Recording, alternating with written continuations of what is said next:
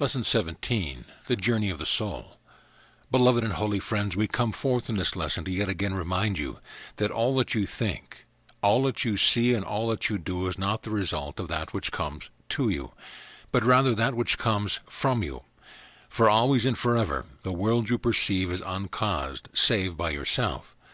This is why it is always true that freedom is closer to you than your own breath, that freedom is the reality of your being.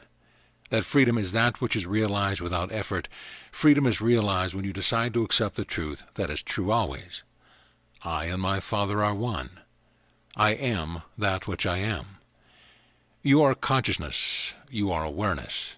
You are that which witnesses, that which experiences, that which pays homage to the one thing that God has created, Christ, which means the anointed. You've been anointed since before the beginning of all the worlds, that which the Father is, awareness, pure intelligence.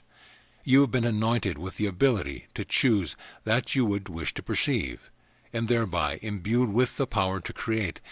You abide freely in each moment. This freedom is completely unobstructed and unchangeable forever. It is in your freedom that you think what you think, you see what you see, you feel what you feel, even in your third-dimensional reality. At any moment, you are perfectly free to see the radiant beauty of the real world pervading all things, even your own consciousness, just as you are also free to see fear.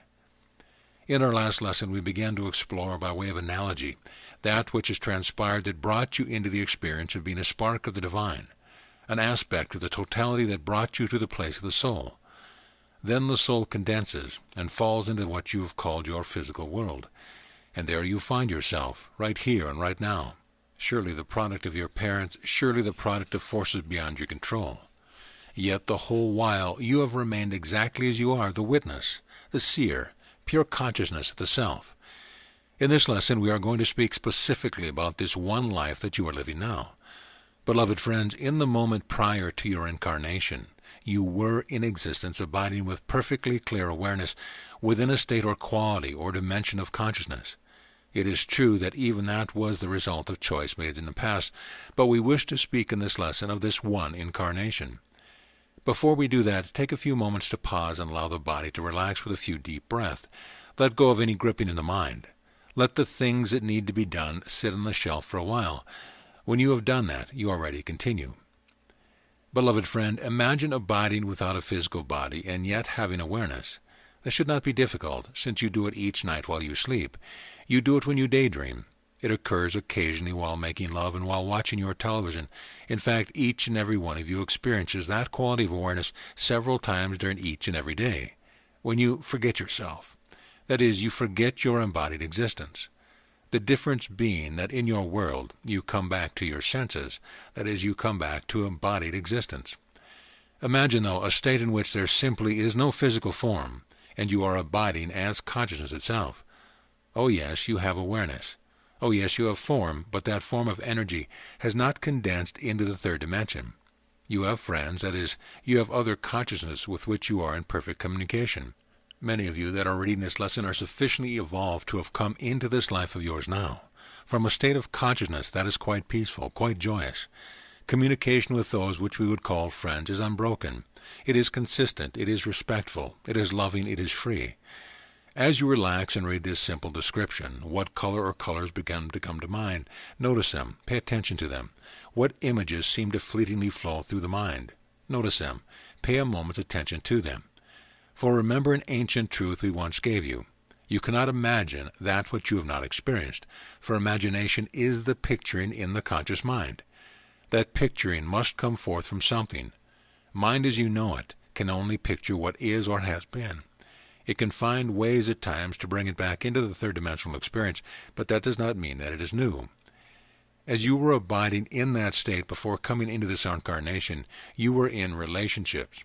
Most of you were multidimensionally aware, that is, while you had a predominant color or level of energy, you were aware that you were surrounded at all times by other dimensions.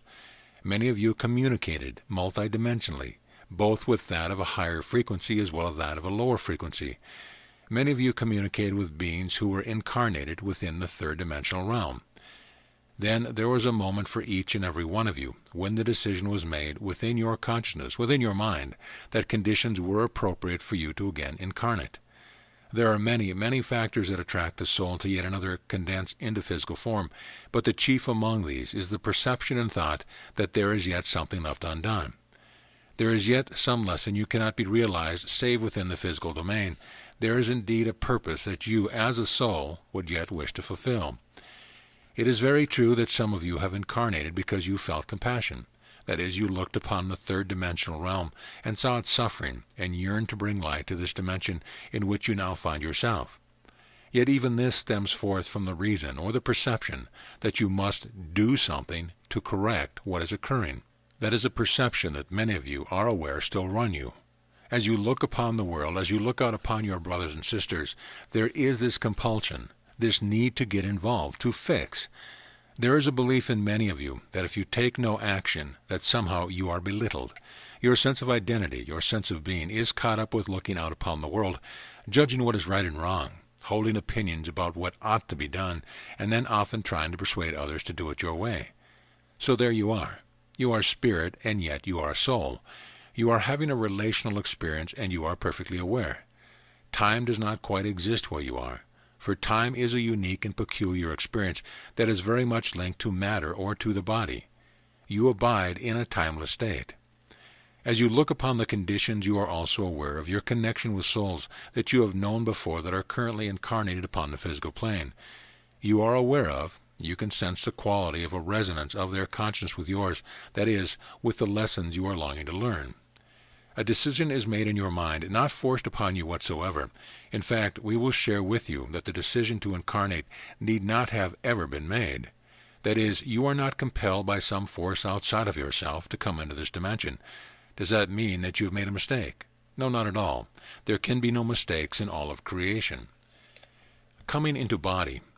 As you begin to descend, which means to bring your attention or to slow your vibration of consciousness down as you begin to incarnate, you did not so much go anywhere as merely, shall we say, turn your thermostat down, so that the quality of your consciousness, your essence, your soul, begin to vibrate at a frequency that resonated with the third-dimensional plane. Your attention, your focus, your desire began more and more to be focused on one unique, particular set of circumstance. These circumstances are the web of relationships created by the parents and created by the cultural milieu in which they live. That quality of consciousness, that field of energy, is like a spinning vortex within a larger spinning vortex called the world. From your place of perception as you begin to descend, the world is not solid at all. It is just another dimension of vibration with its own peculiar parameters. So you, as soul, you as individuated consciousness, began to descend into incarnation. This cannot occur before the moment of conception in your mother's womb. Usually it is at that point of conception when you, as a soul, become involved in the very act by which conception occurs, and a new form of life begins to develop within the womb. In that moment there is a flash, what you might call a quantum leap, and your attention becomes almost entirely fixated on, identified with, that particular quality of energy that is the new birthing of a physical form. You have come into body. Coming into body simply means that you have fixated your attention away from all other dimensions and have taken on the unique, particular, and sometimes very peculiar parameters involved in that physical form. What is that physical form made of? Inert matter? Hardly. It is itself a web of relationships created by the particular vibrational pattern of the mother and the father. Therefore, as you come into this world, the very first relationship that you have are with the mother and father, and you know and feel them intimately. For you are now identified with a growing physical form that is itself growing out of, like a wave coming out of a particular ocean, the matrix of energies that make up the mother and the father. Here is also where your struggle begins. Your struggle to create yourself in the world. Your struggle begins to find yourself. For the majority of you, this process whereby attention is shifted from a different state of consciousness into the physical dimension, this flash, this quantum leap, this shifting of attention was so dramatic and required such a shock that you began to forget your connection to spirit. You began to forget your realization that you are soul, pure consciousness. You began to lose awareness of your freedom. You could call it becoming unconscious or falling asleep. Imprinting in the womb. The very first universe that you experience within the physical dimension is the experience, or the universe, of the womb. Here you are in constant communication with all that is passing through the energy field of the mother. This does not mean just the pot pie she had for dinner or the cup of coffee she had in the morning that made your heart race. It is also the quality of air that she breathes. But more important than all of this is the quality of emotional energy that makes up the particular matrix she is experiencing in her own universe. For these things immediately affect the hormonal balance, the flow of chemicals through the physiological system, and at this point, you are very much part of that physiological system. Therefore, you begin to feel and experience the psychic field of the mother. You are also aware of the psychic field of the father and of any other immediate family members. You are also aware of the energies, any particular dominant energies that are going on within the social structure. Remember, we talked before about webs of relationship. You are a field of energy within a field of energy within a field of energy within a field of energy, even in your third-dimensional realm. Many have used the word imprint to describe this initial state in which you become identified with the physiological form emerging out of the field of energy that is the particular matrix of the mixture of energies of the mother and father. This is where you start. Again, you have done so in order to bring forth certain lessons. You have done this because of the certain patterns held within the consciousness before you turned your attention to this dimension. For the vast majority of you reading this lesson, that descension, that quantum leap from the realm of pure spirit, from a different vibrational state into the vibrational state of the third dimension was a shock, so much so that your awareness forgot yourself as pure spirit. Now, if the shock at conception is not sufficient, it could happen at any time during being in the womb. If there is any kind of trauma for the mother, if there is a physiological imbalance, if the breathing experience is difficult, if there is any problem with the flow of nutrients to the body, if the mother is under an even occasional acute emotional stress, then you will make an attempt to pull back away from the body in an attempt to rediscover the realm of spirit. When you do this, the body of the fetus goes numb. That is, life force is withdrawn from it. As it grows, the nervous system adapts to the level of the life force that is flowing through it, and that is what comes from you and not from another. So that during this period of 9 months, you are in a particular universe where you are having physical experience, not unlike one who is 60 years old in the physical dimension. You are experiencing the sensory realm of third dimensionality, and you are already being deeply influenced by psychic patterns not your own. The journey of awakening begins. Therefore, the journey of awakening requires, from the moment of birth on, the development of certain motor skills, certain verbal skills, certain social skills, so that hopefully, if you are very lucky, by the time you are about 20 or 21 years of age, you are ready to start finding out who you are. It is very, very rare for an individual, especially in our cultural time frame, to emerge at the age of 10 or 12 or 14 or 17 with a deep sense of themselves apart from the parents, the family, or culture. You think you are yourself, but you are really a bundle of reactivity seeking to find approval, seeking to find safety, survival, friendship in the world. That is, you are already caught up in the perception that what you experience is coming to you from the outside, and that you must therefore seek to adapt yourself to it. You are not yet alive. If you are very fortunate, during the time frame of the 20s, you merely experience greater degrees of freedom, greater degrees of making your own decisions and experiencing the outcomes. This can be a very turbulent time. Still, you will believe that you know yourself, and yet you have not even begun to know yourself. Again, this is for the majority. As you go into your 30s, there is an opportunity now. Spirit begins to speak to you. Situations begin to emerge that require of you deeper understanding. If you are very fortunate, you will have begun to realize the great influence that the parents have had. Usually this is a state of rebellion. Internally, you will begin to individuate more clearly. The spiritual search often begins in the 30s in earnest. You may have been aware of that earlier in the 20s. Again, this is not a hard and fast rule, but generally by the 30s, it is time to truly begin to answer the yearning of the soul. Now, if the egoic consciousness has been fundamentally successful, that is, you have found a way to create your survival, you have developed the personalities that allow you to interact with the insanity of the third-dimensional human realm. If you have had no major calamities or traumas, and if you had no major failures, you might continue into your 40s with a smugness of thinking that you have got it all together. You may have found ways to avoid the fundamental 9 question. What is my purpose? Why have I really come to this planet? I am more than just this. I am pure soul. I am pure spirit. I know there is more to it than this. If you have been able to successfully keep yourself distracted, that question may not yet have fully arisen. The egoic consciousness is merely that part of the body-mind that is responsible for keeping you physically alive. It is fueled by the desire for survival, the desire for safety. It wishes to create a certain set of order around you, because through order it can anticipate what will be required to keep the physiological organism functioning. Now what occurs is that somewhere along the line, usually very early in life, you begin to identify with the egoic mind and include your psychic state, your mental perception. The ideas that you begin to learn about the world begin to be unfolded in the physiological individual, which is really the home of the ego. The body is the home of the ego, the body-mind, including the brain structure, and the higher dimensions of functionality of the body, which is all the brain is. Just a higher level of organizational principle and characteristics to do what? To help the body function. So a further step of forgetting who you are occurs when you begin to sense yourself as identified with the particular perceptions, the particular belief structures that are floating around in the higher mind of the body itself. You have forgotten the soul. You have forgotten spirit. You have become identified as an American, as an Afro-American, as a Caucasian, as a boy, a girl, a fan of some sports team, as a lover of ice cream. You begin to take on and create what are called principles, never realizing that the principles often are merely the product or the outcome of your social learning from the time you were in the womb and from the time you were conditioned by the schooling of your culture.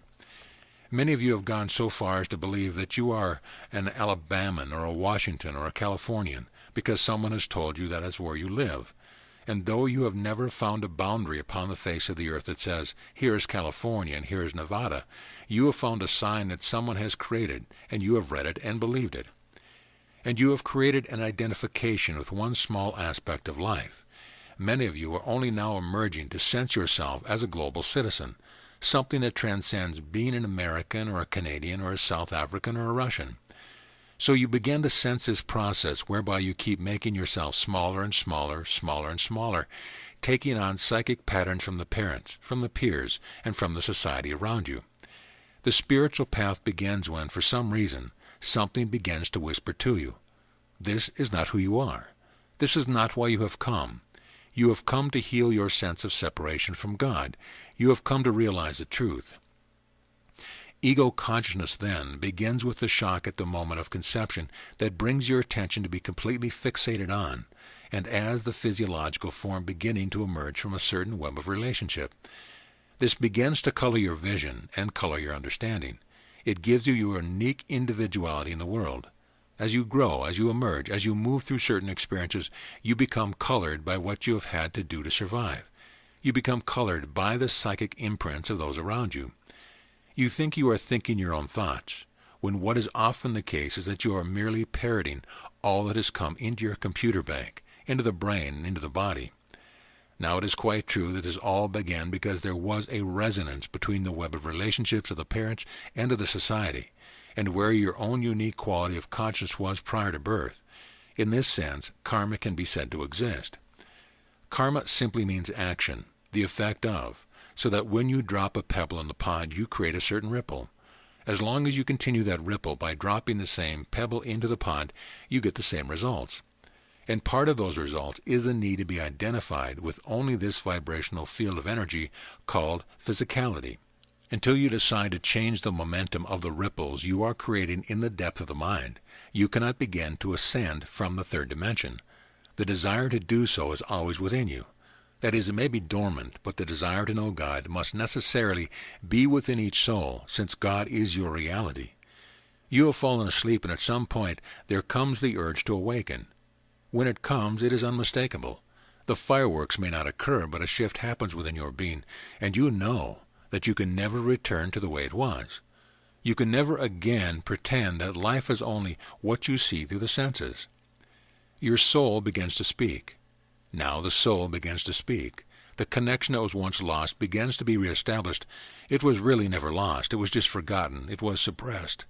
It became that background instead of the foreground. It begins to whisper in the depth of your being. It comes to you in the form of your dreams. You begin to notice books that you never noticed before. You might wander into the spiritual section of the bookstore, not even understanding what compelled you to do so. There you pick up a copy of this book or the Jeshua Letters or A Course in Miracles or some other such book that begins to trigger within you a thirst and a longing. A friend suddenly invites you to come to a workshop, the kind you've never been to before. Yet when you go, something triggers you, something touches you, something begins to awake. You may not notice it, but it actually triggers a physiological state within the body, within the chakra or energy system. The heart begins to stir in its slumber, and the mind thirsts for knowledge, a knowledge unlike any that is gathered in its identification with egoic consciousness. The longing to awaken has come. From this moment, though you do not understand it, you begin to attract, slowly at first, perhaps stumbling a bit now and then, exactly those situations that will keep prodding you to look deeper. A meditation teacher comes, a prayer group comes that you feel called to join. You begin the process of your study, and a new question is emerging. No longer is the question, how can I survive? How can I make money? How can I do all these things? A new question emerges in your mind. Who am I? There may be many forms to it, but the question remains the one. Who am I? What am I? From where have I come? What is life? God? What is God? How can there be anything at all?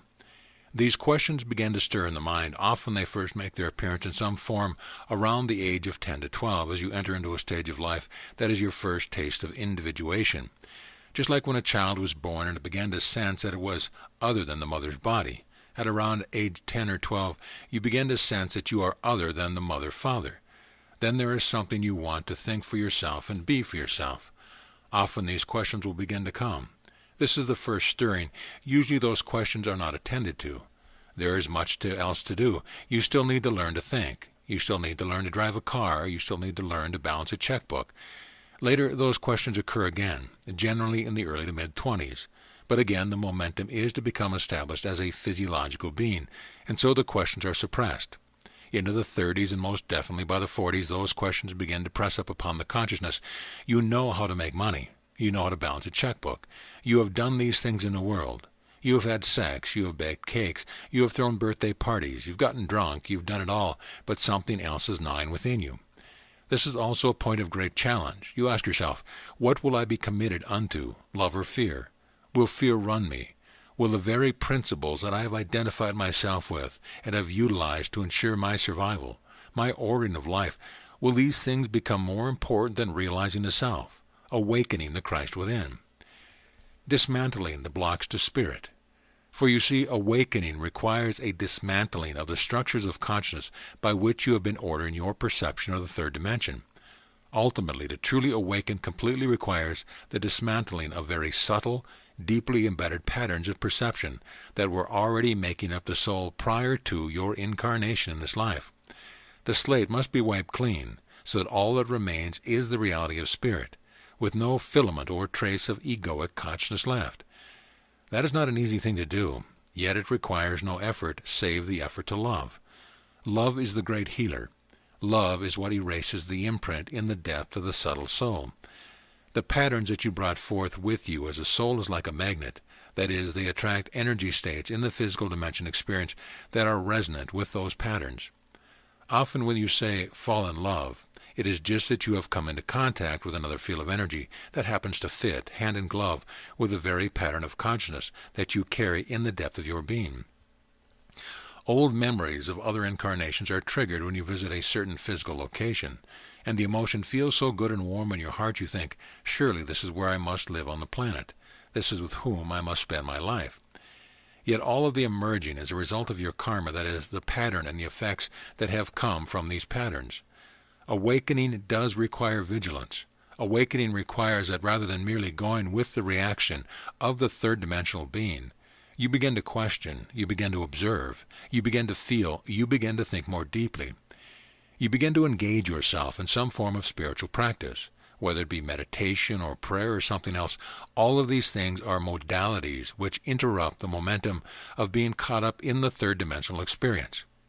You interrupt the pattern of being caught up in the world long enough to sit quietly for half an hour, or to chant, or to walk. You do something in a different way. You are beginning to turn the momentum of the mind back upon itself.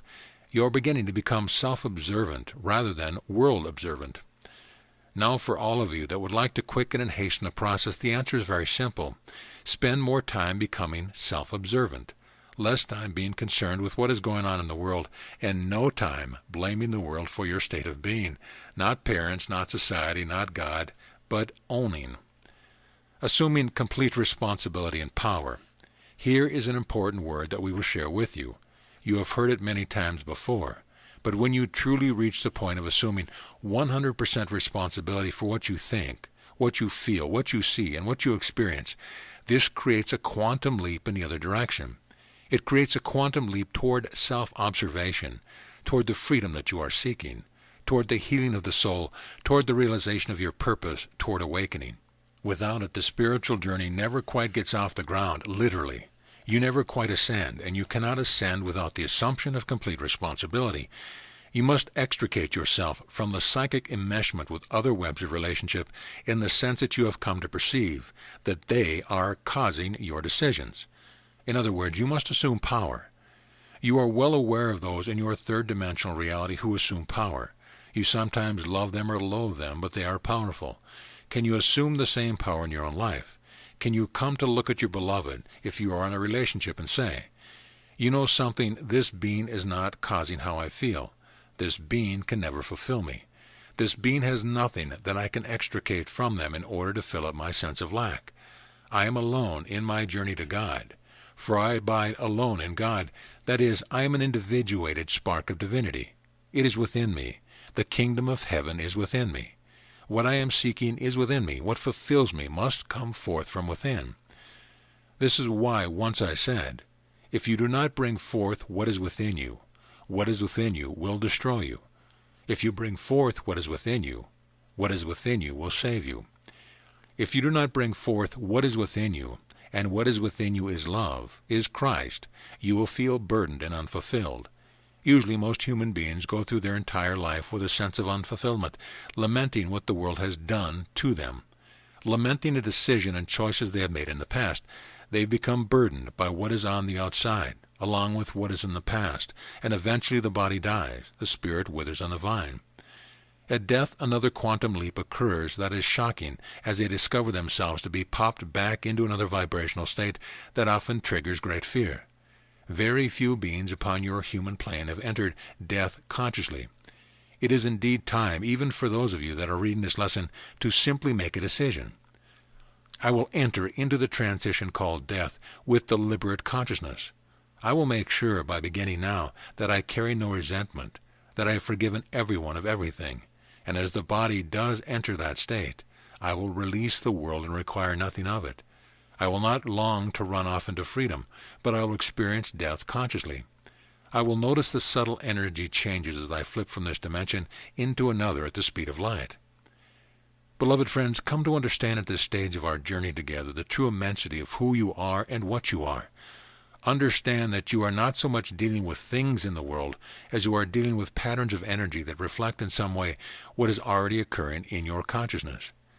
If you are experiencing things in the third-dimensional plane, it can mean only that you have chosen to vibrate at a certain frequency. Or otherwise, you could not have had the experience.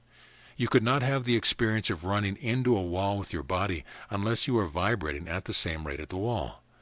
Is it possible to change the vibrational frequency of the physical body? Listen very carefully. I am going to say something rather unique.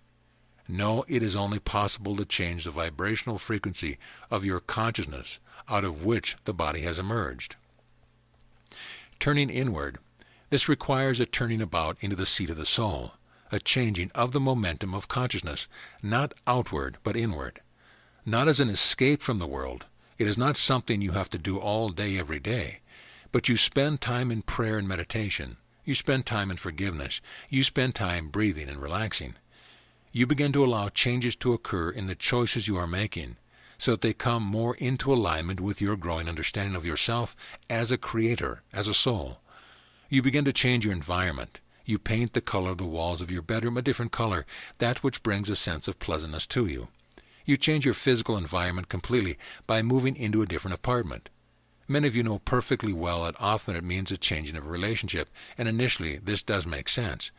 But there is a point in which you realize that you could keep changing relationships ad nauseum and never get anywhere. You realize that now is the time to settle down, be with one you are with, or the ones you are with, and yet realize your time with them is to discover what patterns have been running you. It is time for self-awareness, turning the momentum of the mind back toward the self. Time to ask yourself, why do I think what I think? What do I see what I saw? Why did I react the way that I reacted?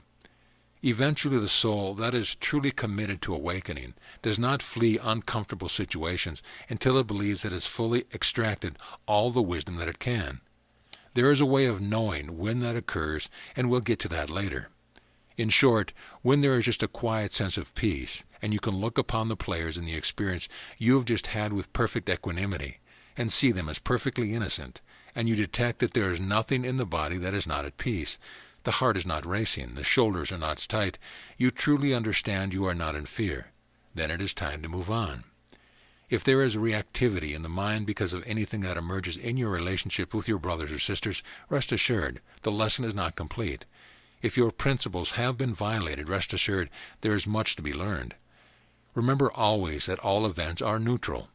In large measure, the process of awakening is a process whereby you dissolve the value you have placed upon certain ideas and perceptions of what life is and what life is for.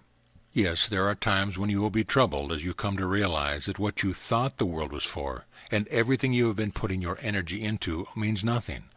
Often this precipitates a period of what has been called by certain mystics the dark night of the soul. It is really not the dark night of the soul. It is the dark night of the ego and the healing of the soul. The way of transformation requires utmost personal responsibility, utmost personal dedication. No one can do it for you, and the patterns you feel weighed down by, the fears that you are yet within the mind, will remain with you for all eternity until you decide to heal them. From that desire, you will attract the situations, the teachers, the books, and the experience that provide for you the opportunity to do so. There is an acceleration of the healing process only when you completely release any valuation of victimhood. That is the belief that somehow, in some way, somehow or something has done something to me. Now that is a simple thought to hear, and one can nod their head. It is another thing to look honestly upon the reaction in life to make sure that you are not at any time perceiving yourself as a victim. The practice of extending love can often teach you that this is so. When you take a situation that pushes your button and you decide to not flee, but stay, this teaches you the truth of your reality. This is why the practice of forgiveness is so extraordinarily valuable. In fact, you could say that. Ultimately, the practice of forgiveness is the whole of spirituality. Why? Because forgiveness means to let the world off the hook, to step out of any sense of victim consciousness, and then even beyond that, to forgive oneself for the perception they have made in error, perception of one's brothers and sisters, of the world and of God. Ultimately, forgiveness is forgiveness of oneself for ever allowing delusion to settle into one's own mind, whereby one perceived oneself as separate from God, separate from brothers and sisters, capable of being victimized. Forgiveness, when completed, is the establishment of love. Beloved friends, look well then to see. Where am I perceiving myself as a victim of the world I see? Am I feeling constrained in my relationship? Do I resent my spouse? The spouse is not holding you where you are. That one does not have the power to take from you your ability to look with love upon her or him. Is it your job you hate? No one forces you to drive your car upon the freeway to arrive at the place of employment. No one. And you reply, "Oh, but I must survive." Then you have made yourself a victim of the perception of the need to survive. Any one of you at any time is perfectly free to drop the valuation you have placed upon the world.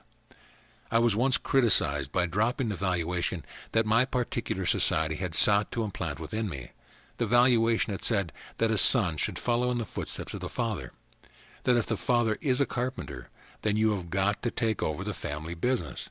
I said I must be about my Father's business, and I spoke, of course, of my Heavenly Father. I had to know the truth of who I was, and my purpose was to awaken Christ. I broke the tradition, the rules of the family structure within that community, within that time frame. Like many of you, I was a bit of a rebel, and where other children were conforming to the pressure of society, I went off to study with the rabbis and the teachers, to sit in a desert at night, often not to return. Even at the age of 12, I separated myself from my parents at the time of a great festival, and went to hang out in my father's house and talk with the spiritual leaders. Are you willing to break with the conventions of the world in which you live? This can be as simple as, instead of gathering with friends to watch movies on a Saturday night, you say, "No, I'm going to go into my closet and light the candle and pray for 6 hours." And when they look at you with their eyebrows raised, you simply smile. In what ways are you conforming to the views others hold of you and their need to have you to be a certain way? Do you show up at an aunt's birthday party just because the family says that you always should, yet in your heart you have no desire to? The willingness to trust and follow your heart, not the reactive ego that is often interpreted to be the heart, but the heart that longs to know God. This is a telltale sign of whether or not one is achieving maturity. Beloved friends, look well into this way of transformation, for you must discover any corner of the mind that is yet holding out the view that life is something which happens to you, and there is something you are helpless to change. The position of being a victim is a position of loss of power, and Christ is not about loss of power. Ultimately, it is not so much about going anywhere, as much as it is about abiding within, realizing that this world is unreal, this world is harmless, and in any situation it is you with all power under heaven and earth to teach only love. But that requires that you let the world off the hook, that no one and no thing is any longer responsible for your joy, your happiness, and your peace. For you have established your unity with Spirit, with God. You have realized the self, and you look out with equanimity upon a neutral world.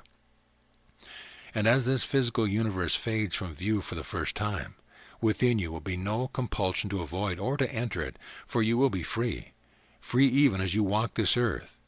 The body moves, the soul does not. The mind thinks, but the depth of the mind is as still as the ocean. You live, yet not you, for Christ dwells in you. And wherever you go, the presence of peace enters the room before you. You are awake, you are free, all because once you made a decision to give up victimhood, and to assume responsibility for learning how, in all situation, to be only the presence of love. Turn back, then, toward your creation. If there is anything uncomfortable about your past, turn back to it, examine it, feel it. Look at all the patterns that made it come up. Look at the choices you have made that perhaps now you are embarrassed about. But look not upon them with judgment. Look with curiosity. Learn to look with wonder and the innocence of a child. Well, that was an interesting decision I made when I was 12 to steal my neighbor's bicycle. I remember how I ended up in juvenile hall. What was going on just before I made the decision? What pattern was running me? Oh my goodness, I was looking to get attention from my dad. Wow, so the need for approval was running me. How fascinating. How is that pattern running me now? Is there any trace of it left, or still needing approval of another? I say this unto you, every moment of experience you've ever had is available for you. Right down to the moment of conception, right down to that quantum leap that you took from a certain vibrational frequency into this physical domain. Self-awareness is everything, for it is the self that you must long to realize. Beloved friends, we love you, but we cannot make your journey for you. We can only walk with you on the way that you choose. You can utilize your relationship with Shanti Christo to fully awaken. Or you can come close and then decide it is uncomfortable and run away again. You will only run to another structure or form of energy, a web of relationship that forces you to stay with what is uncomfortable in order to learn, in order to grow, in order to heal, in order to love. Not as a cursory, oh well, yes, I love you, but something done, whole bodily, in which there is no longer any reactivity filtering through the nervous system of the body-brain. For the ultimate state of consciousness is not an aversion of this world, but the embracing of this world. There is no greater sense of freedom than to be able to abide where you are as one who is free. Be ye therefore at peace this day, beloved friends. Be ye therefore at peace always. Amen.